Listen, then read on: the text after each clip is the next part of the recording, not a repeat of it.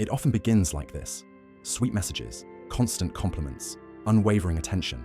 He tells her she's unique, special, someone unlike anyone he's ever met. He paints vivid promises, sketches future plans, presenting himself as the perfect partner.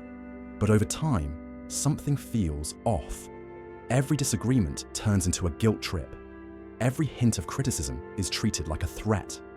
Conversations begin to feel like trials where the verdict is always against her. She wonders if she's imagining things, if the problem is her, not him. Always that controlled smile, that quiet air of superiority, that flawless script of someone who never admits fault. If this feels familiar, it's no accident. It's a pattern, with a name. Perhaps you've met someone like this, a friend who must always be the center of attention, a relative who never concedes a mistake, a coworker whose charm feels just a little too polished. Maybe you've lived with one. Or worse, maybe you're still under the spell of a narcissist without realizing it. The narcissist doesn't arrive with a warning label. He doesn't shout his intentions. He seduces. He wears masks. He captivates, manipulates. And when he knows you're in his grasp, he reveals his real face: cold, calculating, and deeply destructive. The most dangerous part: he convinces you that you're the problem, twisting reality until you're apologizing for wounds you didn't cause. To see why this is so dangerous, we need to revisit the origin of the word itself. The term narcissism comes from Greek mythology. Narcissus was a youth so striking that he fell in love with his own reflection in the water. Unable to look away, he wasted away until death claimed him. From the spot where he died, a daffodil grew. But the myth holds a deeper truth. Narcissus did not love himself. He loved an image, a reflection, an illusion. This is the critical point. A narcissist is not someone overflowing with self-love. They construct an idealized image to cover a hollow center, a fragile ego dressed in shine. Freud was the first to bring this myth into psychology, framing narcissism as a normal stage of development, but also a danger when one becomes stuck there. Carl Jung took the concept further, linking it to the shadow, the hidden parts of the psyche the ego refuses to acknowledge. The narcissist wages war with their own shadow, projecting what they deny in themselves onto others. They cannot accept flaws, so they accuse others of them. They won't admit weakness, so they turn it into attack. Today's narcissist doesn't drown in a lake. They drown in the obsession with control, the constant hunger for validation, the refusal to be wrong. They create a world where they are the sun and everyone else must orbit, until the system collapses. And what about you? Have you noticed that no matter how hard you try, it's never enough for certain people? Have you felt drained after being with them, wrapped in a cycle of guilt, doubt, and exhaustion? Now that we understand where narcissism comes from, it's time to see how it unfolds in real life, starting with its most disarming weapon, seductive charm. Because the poison often begins with a smile. No one suspects a predator who smiles. This is how the narcissist enters your life. Charming, attentive, magnetic. He studies you with precision, learning what you value, what you lack, and which wounds still ache. Then, he shapes himself to be the answer to your needs. He seems to understand you better than anyone else. He praises strategically, listens intently, as if each word you speak matters deeply. But it's a crafted illusion, a mirror positioned to reflect exactly what you want to see. This is the trap. First impressions matter more than truth, and the narcissist is a master of them. This stage, called love bombing in psychology, floods the victim with affection, attention, and validation until natural defenses collapse. You trust. You surrender. What feels like deep connection is actually control in disguise. Jung warned that anything excessively idealized carries within it the seed of destruction. The narcissist's idealization of you isn't love, it's need. You're expected to be the perfect reflection of the fantasy he's built. Show normal human flaws, and he feels betrayed. This is when the shift begins. The charm that drew you in becomes the hook that keeps you there. His need for your admiration is as relentless as any addiction. But when it runs low, when you start expecting reciprocity and depth, irritation surfaces, the mask slips, and the smile that once felt warm becomes a weapon. After the enchantment comes the chaos. If the narcissist has captivated you with charm, sweet words, and intense presence, it wasn't affection, it was preparation. The goal was always control, and that control is established through a cycle so predictable It's chilling. Idolization, devaluation, and discard. In the first phase, you're placed on a pedestal. You're called the soulmate, the rare one, the most special person they've ever met. Every text is met with enthusiasm. Every moment together feels magical. You think you found someone who truly sees you, but the truth is, they were never really seeing you. They were seeing the role you could play in their fantasy. Then, as it inevitably happens, your humanity shows. Imperfections slip through, doubts, emotions, small flaws. The shift is subtle at first, but real. You enter the second phase, devaluation. The warmth cools, compliments grow sparse, criticism creeps in, not direct insults, but small corrections, passive-aggressive comments, comparisons disguised as advice. You feel the ground shifting, unsure why the closeness is fading. You work harder, trying to restore what you had at the start, but nothing works. The truth: the problem was never you. It was that you stopped being the flawless projection he'd created. Then comes the most brutal stage: discard. The narcissist withdraws, turns cold, or disappears without warning. Sometimes they provoke you into ending things so they can claim the role of the victim. Often, they already have a new person lined up, someone fresh to idealize, someone who hasn't yet seen the mask slip. You're left with emptiness, guilt, and corrosive self-doubt. What did I do wrong? The answer: nothing. Carl Jung noted that what we refuse to confront in ourselves gets projected onto others.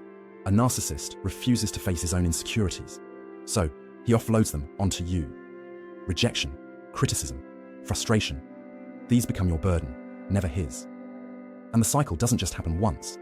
Many narcissists circle back, apologizing, promising change, only to restart the pattern. Each return deepens your emotional dependence, making you doubt your own reality. It's an invisible prison. Ask yourself, are you inside this cycle? If this content is making sense to you, click the subscribe button and subscribe to the channel. Thank you for your support. Because if you are, it's time to strip away the illusions and see what's behind the game. Emotional manipulation. One of the most insidious tactics is gaslighting. The term comes from an old play where a husband dims the lights and convinces his wife she's imagining it. The aim? To make her doubt her sanity. Narcissists do the same. They deny conversations ever happened, twist facts, minimize your feelings. If you cry, they call you dramatic. If you withdraw, they call you cold. If you react, they call you crazy. Over time, you begin to believe it. You question your memory, your emotions, your right to boundaries. Then comes triangulation, bringing in a third person, real or imagined, to destabilize you. An ex, a co-worker, a friend, who seems more understanding, more attractive, more interesting. Already emotionally weakened, you start competing for a place you already held, now conditioned on your emotional obedience. Guilt is another weapon. The narcissist will remind you of every favor they've done, painting your complaints as ingratitude. They'll insist no one else would tolerate you, framing themselves as the only one who truly cares, while eroding your sense of worth. The cruelty is this: narcissists know these tactics work. Not always in a consciously villainous way, but they sense when they've won, when you start to doubt yourself, when you shrink to avoid conflict. And as long as you're unstable, they feel in control. Understanding these patterns is your first step toward freedom. Once you can name the game, you stop playing by its rules. But to fully break free, you must grasp the cost of staying trapped. Because what narcissists destroy isn't just emotional. They chip away at your very sense of self. Living with a narcissist is like slow-motion erosion. At first, the landscape looks intact. Then the edges begin to crumble. Fear replaces ease. You live to avoid triggering them, avoiding certain words, certain truths, even certain facial expressions. And that's how they win. When you stop being you, just to keep the peace with someone who will never give you peace. Carl Jung said, "No one becomes enlightened by imagining figures of light, but by making the darkness conscious." What could be darker than a relationship designed to make you distrust your own soul? The psychological toll runs deep. Victims often develop chronic anxiety, depression, even complex PTSD, a trauma born not from one violent event, but from hundreds of small, invisible wounds. Self-esteem collapses. You start asking for permission to exist, to feel, to set boundaries. And the cruelest part?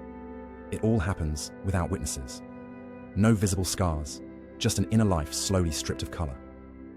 The body speaks the mind's pain, insomnia, exhaustion, appetite loss, hormonal chaos. Your body starts screaming what you've been too scared or too conditioned to say aloud, I am being destroyed. And when you try to explain, you hear, but he's so nice. She's always so friendly. Because narcissists craft perfect public images, attentive, charming, polite, and you, already worn down, start to wonder if you're the one imagining things. But here's the truth you need to hold on to. This is not love. It never was.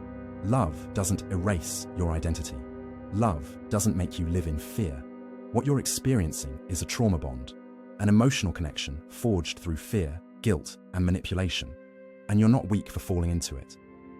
Narcissists seek out the empathetic, the generous, the ones with light. They feed on it. If you've been hurt, it's not because you were fragile, it's because you were valuable. And now that you can see the wounds, the next step is to protect yourself. Because the narcissist only holds power while you remain unaware of his weapons. Awareness is the start. The fight for your freedom comes next. The narcissist never walks into your life shouting, I'm going to destroy you. He arrives smiling, polished, with words that feel safe and intentions that seem pure. And that is exactly why he's dangerous, because he doesn't show up as a threat, but as salvation. To protect yourself, you must learn to see what you've been trained to overlook. Develop an eye for the small but consistent patterns that reveal what lies behind the mask. One clear sign: narcissists cannot tolerate frustration. The moment you contradict them, they react with anger, contempt, or a cold, punishing silence. Criticism, no matter how constructive, is taken as a personal attack. They pivot quickly into the role of the victim or the martyr, making you feel guilty for even speaking up. When something goes wrong, the blame is never theirs. When you're hurt, they minimize it, twist it, or shift it back onto you. They rewrite reality so smoothly that if you're not careful, you begin to believe their version over your own memory. Pay attention to how you feel in their presence. Are you constantly justifying yourself, apologizing for your emotions, walking on eggshells to avoid an unpredictable outburst? Those are not normal dynamics. That's psychological violence, no matter how calm the voice or how absent the shouting. Another unmistakable sign: the split personality. In public, the narcissist is charming, attentive, gracious. In private, with you they're cold, sarcastic, demanding, manipulative. This dual behavior is deliberate. It ensures that if you reach out for help, others won't believe you. It's a perverse but effective game. But recognizing these patterns is only the first step. The real challenge, the liberating challenge, is breaking free. And that doesn't necessarily mean a dramatic confrontation. It means putting yourself first in a way you perhaps never have before. If you can, cut contact entirely. If not, create emotional distance. Stop waiting for them to change, to apologize, to finally see the harm they've done. They won't. Because for a narcissist, empathy is dangerous. It threatens the fragile image they've built. Admitting fault would be admitting weakness, and they will not risk it. You do not need their apology to heal. You do not need their acknowledgement to validate your pain. What you need is to reclaim your own voice, your own truth, your own worth. Carl Jung once said, "What we deny submits us. What we accept transforms us." Accepting that you were manipulated, that you were deceived, that you were hurt, but without blaming yourself, is the beginning of real freedom.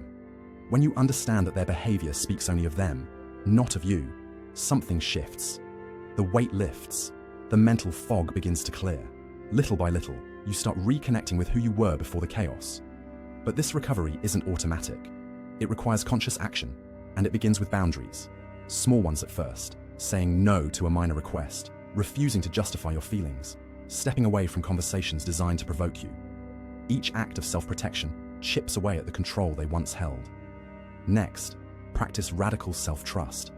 This means choosing to believe your own perceptions over someone else's distortion. When you remember an event one way and they insist it happened differently, resist the urge to default to their version. Your reality matters. Your memory is valid. Reconnect with your support network, friends, family, professionals who will listen without judgment. Isolation is the narcissist's strongest weapon, so rebuilding safe connections is a vital countermeasure. And finally, give yourself permission to grieve. Not just the loss of the relationship, but the loss of the illusion you held onto. It's painful to accept that what you thought was love was actually control. But on the other side of that, grief is a clarity that no one can take away. Breaking free from a narcissist is less about defeating them and more about reclaiming yourself. It's about turning inward, confronting the parts of you that stayed silent, and choosing not to abandon yourself again. In the next and final part, we'll bring this journey full circle, closing with a vision of life beyond the narcissist. A life where peace is no longer something you have to fight for every day, because it lives inside you. In the end, it doesn't matter how carefully the narcissist built his mask, or how long you've lived under its shadow. What matters is that you see it now. Awareness is the key, and the moment you step into awareness, you've already taken the first step toward freedom.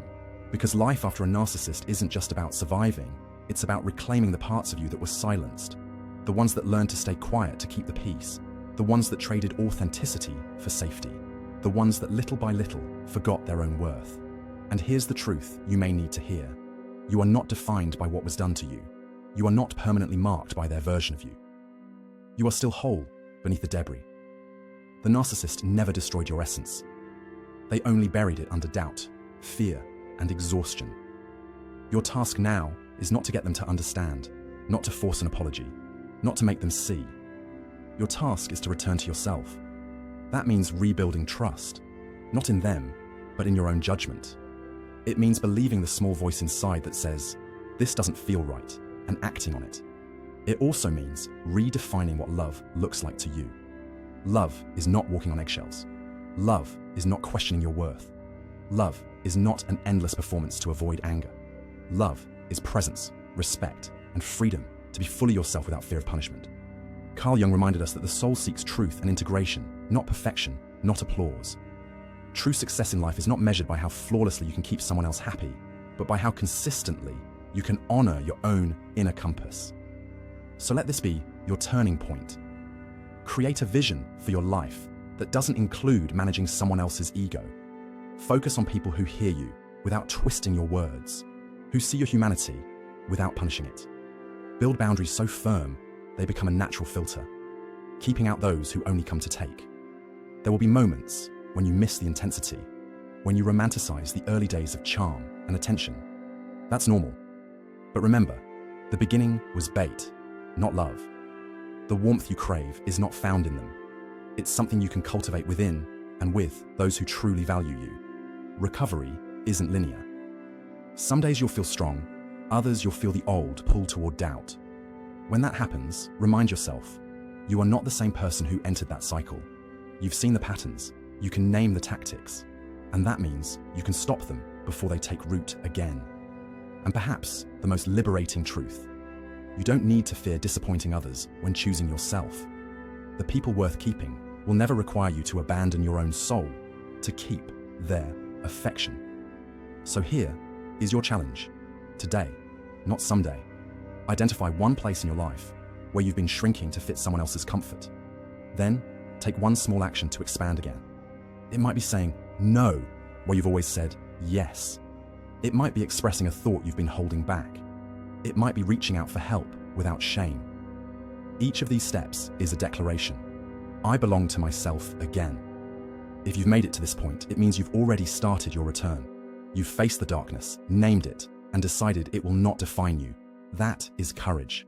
And courage, when practiced daily, becomes freedom. So the next time you look in the mirror, really look. Not for the image someone else demanded you be, but for the person who's been there all along, waiting for you to come back. Smile at that reflection, because they survived. And now they get to live.